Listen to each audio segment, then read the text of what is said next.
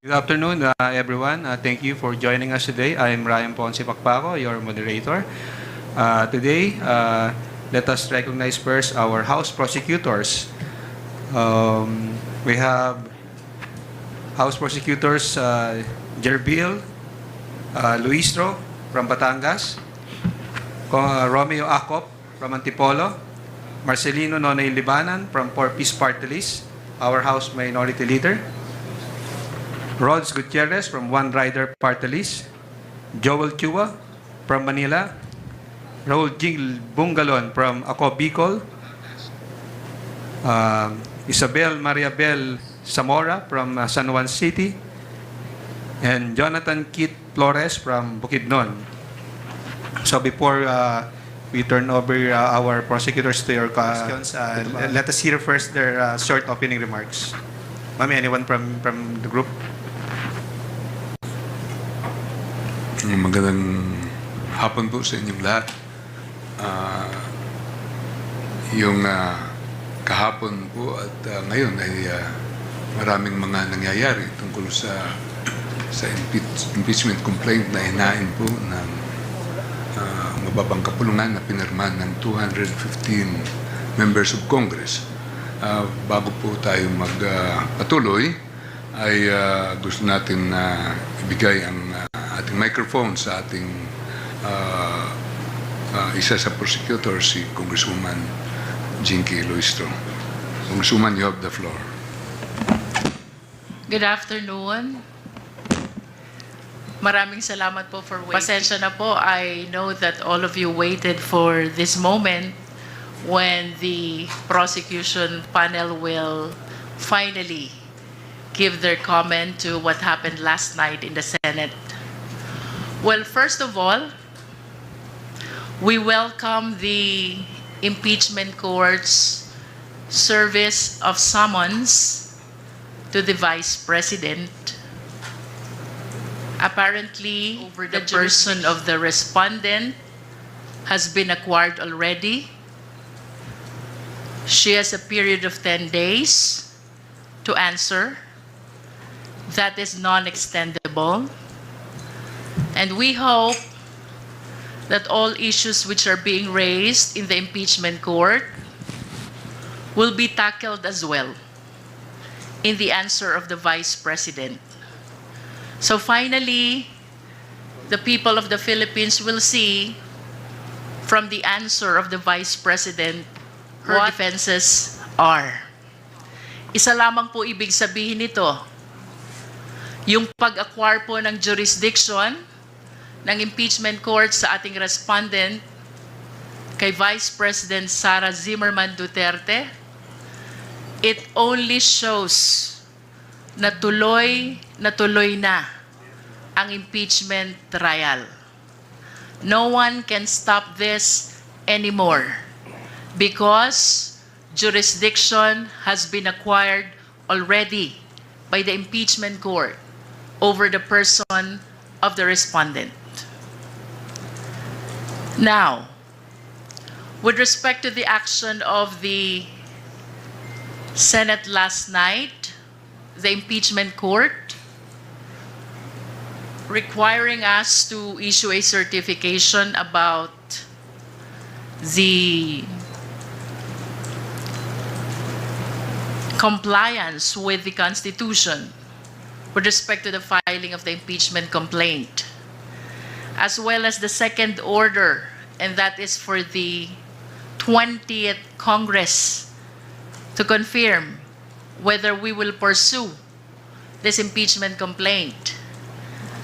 Medyo ang prosecution panel po ay nalalabuan dito sa naging order ng impeachment court kagabi.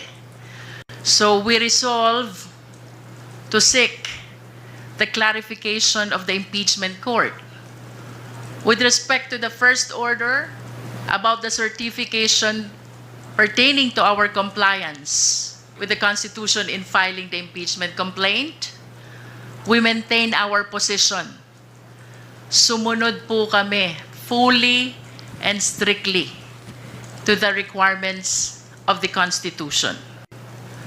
We did not violate the one-year prohibition rule. With respect to the second order, it is impossible to be complied with because, first of all, 20th Congress doesn't exist yet. Tayo po ay ikalabing-siyam na kongreso pa lamang. Mag-a-adjourn pa po, and we will be looking forward na mag-convene naman ang pa-20 Kongreso ng Pilipinas. That will be on July 28, simultaneous with the SONA. I wish to add, nakatanggap po tayo ng liham, or should I say, nakakita ng liham from the social media that the anticipated presentation of the articles of impeachment is canceled. Ang sabi po ng ating presiding officer ng impeachment court, the referral of the verified complaint to the impeachment court mooted already the presentation and the reading of the articles. This will be part of the clarification that we will be seeking from the impeachment court, sapagkat batid po natin na itong presentation ng articles ay bahagi ng Senate Rules on Impeachment, and we seek the guidance, we seek the enlightenment of the impeachment court properly so we comply to the order that they issued last night. Finally, we wish to take advantage of this opportunity upang pasalamatan po ang taong bayan.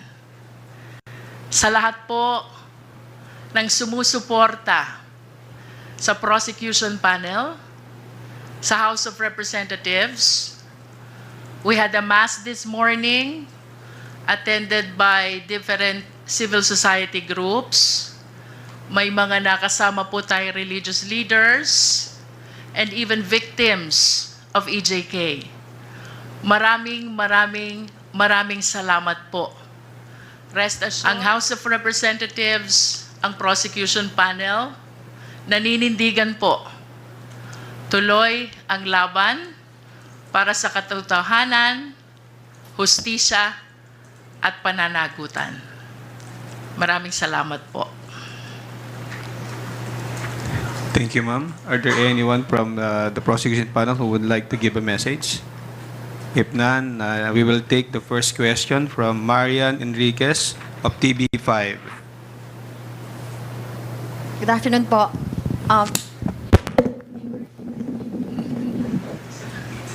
Excited din yung mic. Ma'am, thank you, Cong, Jinky, and to the rest of the prosecutors want to answer. Meron na po bang update kung natanggap na po ba muna natin itong received copy ng articles, yung pinababalik po na articles of impeachment? Meron na po ba? We have no official information yet whether the articles of impeachment, which according to you is being returned by the Senate, was received already by the Secretary General. I hope you understand that the members of the prosecution panel here has no participation whatsoever in the proceeding of the office of the Secretary General. Let's wait and see kung anong official information ng SecGen. But ano pong action po ng ating prosecution team? Tatanggapin po ba itong articles of impeachment, yung pag-remand? And what was your reaction to that while watching it last night? Well, in my opinion, as one of the member of the panel of prosecutors, to give way to the clarification which we want to seek from the impeachment court, I would defer receiving the Senate, including whatever orders they will be transmitting to us. This is not disobedience, definitely. Ang gusto lang po natin mangyari is to seek guidance and enlightenment first so we can properly comply with the order of the impeachment court. When you say you would like to seek guidance? May coordination na po ba with the Senate? Ano po yung ginagawa nating pakikipag-usap sa kanila para maliwanagan po tayo doon sa mga orders nila? We will be drafting the necessary motion seeking for clarification of the order which they issued last night. So nakita po kasi namin kanina si Sergeant at Arms ng Senate kanina, and hindi nga, wala pa pong nag-receive ng copy. So technically hindi po muna tatanggapin ng Kamara ang pagbabalik ng articles of impeachment, and magpapasa po muna tayo ng tama ba, ma'am? To give way to our efforts to clarify first the order, in my opinion, I would defer receiving the articles of impeachment, including the order issued by the impeachment court. Excuse me. Yung tatanggap ng order po dito, kung mayroon man, ay ang Office of the Secretary General. Hindi po namin alam kung ano ang magiging action ng Secretary General. Pero kung tanggapin niya, doon po kami magde-decide. Be that as it may, kami po ay naniniwala na ang power to initiate complaint ay nasa House, lalo na pag pinirmahan ito, in-endorse ng isang congressman at pinagbutuhan sa plenaryo. Itong nangyari dito, hindi lang itong ordinaryong impeachment. 215 of our members signed the impeachment complaint. Kaya first time ito na nangyari na may return sa atin. Kaya nangangailangan tayo ng clarification po dito. Bagamat prosecutors po kami at impeachment court sila, naguguluhan pa rin kami. At hindi namin maintindihan kung bakit ibabalik po ito sa amin. Ano po ang gagawin namin. Yun po ang isang bagay na kailangan namin maliwanagan. Sir, second to my last question na lang po. Some legal experts po are saying na instead of following the Constitution, itong mga senators po natin, they're creating legal issues po. And will you challenge this po ba? Itong ginawa po ng Senado sa Supreme Court, itong pag-remand, is this abuse of discretion na po ba?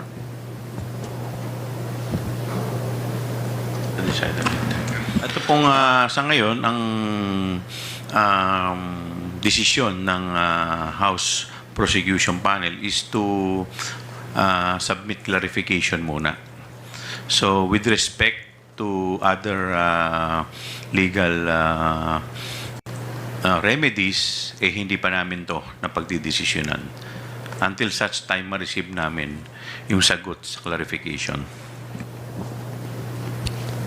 Kong Chua, you also mentioned kanina nagtataka kayo dun sa ginawa nga desisyon ng Senado at sila pa yung nagmosyon o mismong mga hurado, and you quote, sinabi nyo po, sila na yung parang nag-aabogado mismo kay VP Sara Duterte. How optimistic are you po na there will still be a fair and impartial trial?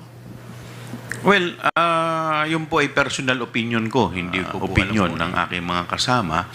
And in fact, nung aking rin pong personal na opinion, ito pong ginawa na pagbalik sa amin ng articles of impeachment ay sa aking paniniwala ay unconstitutional dahil wala naman po ito excuse me, wala naman po ito sa kanilang kapangyarihan. Ito po ay inaasahan natin na kung meron man mga motion na gagawin, ang gagawa po nito ay yung sa defense. Kaya yun po ay aking personal na opinion.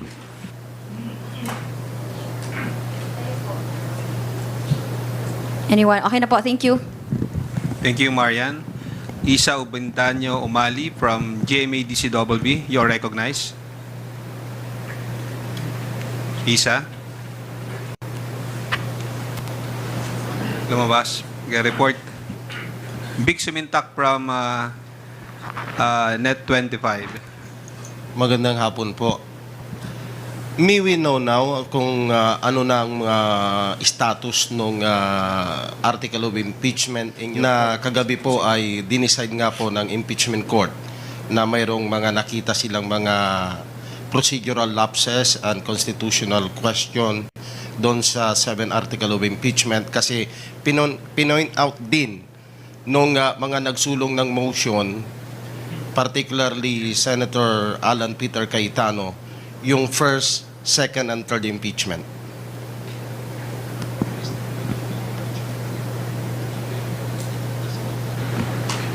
Sa tingin po namin, yung nangyari kagabi ng compromise nila sa Senado, paano silang matapos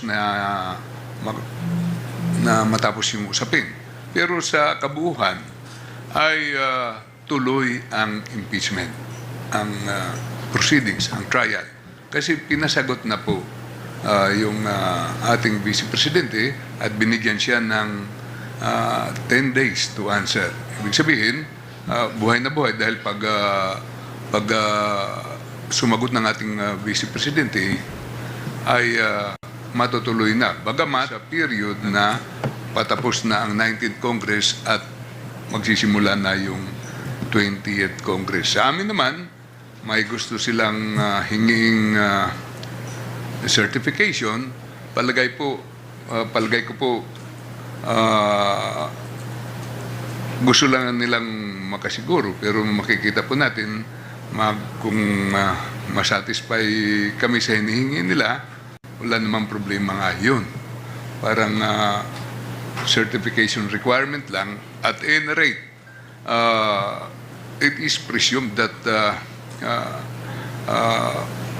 our duty has been, there's the presumption of regularity in the performance of official functions. Lahat ng sa gobyerno, yan po ang presumption. At maliwanag ito na 215 na nag-endorse sa impeachment complaint. So, ang take namin, tuloy po ito. Sir, in your point of view as prosecutors, particularly Congressman o Woman Luistro, ma'am, na nag-acquire na ng jurisdiction yung impeachment court dahil pinadala na ng summon ang respondent. Pero hindi kaya yung summon na yon pending the action of the Senate last night na kine-question nila yung regularity ng article of impeachment, hindi kaya yun magamit ng depensa para sasagutin nila doon sa summons? Well, in fact, the article of impeachment was remanded to the House of Representatives. Under the rules, and even in ordinary courts, not just the impeachment court, yung service ng summons, that triggers acquisition of jurisdiction. And that is why I said earlier, we welcome this development. Bagaman naguguluhan po kami dun sa order kagabi, we are happy and thankful to the impeachment court because finally, the summons has been served already to the Vice President. And as only shows, tuloy na tuloy ang impeachment trial. I wish to believe na yung hinihinging certification ng impeachment court is only a clarification or perhaps affirmation ng naging compliance ng Senate when we filed the impeachment complaint. But I wish to humbly invite the attention of the people to the ruling of then Presiding Officer Juan Ponce Enrile. That was during the time of the impeachment trial of Chief Justice. Ang sabi po niya doon sa resolution, when there is compliance in the two basic requirements, that is the signature by at least 1/3 of all members of the House, and there is the verification, the filing of the impeachment complaint already enjoys presumption of legality. And that cannot be questioned anymore unless there is strong controverting evidence. Napakaliwanag po niyan. And I believe that this is still a very good law which should guide our impeachment court. No? Gusto ko lang pong balikan yung inyong question kanina. Anong status ng articles of impeachment considering that there are efforts to return? I humbly believe that the case is very much active and alive. Why?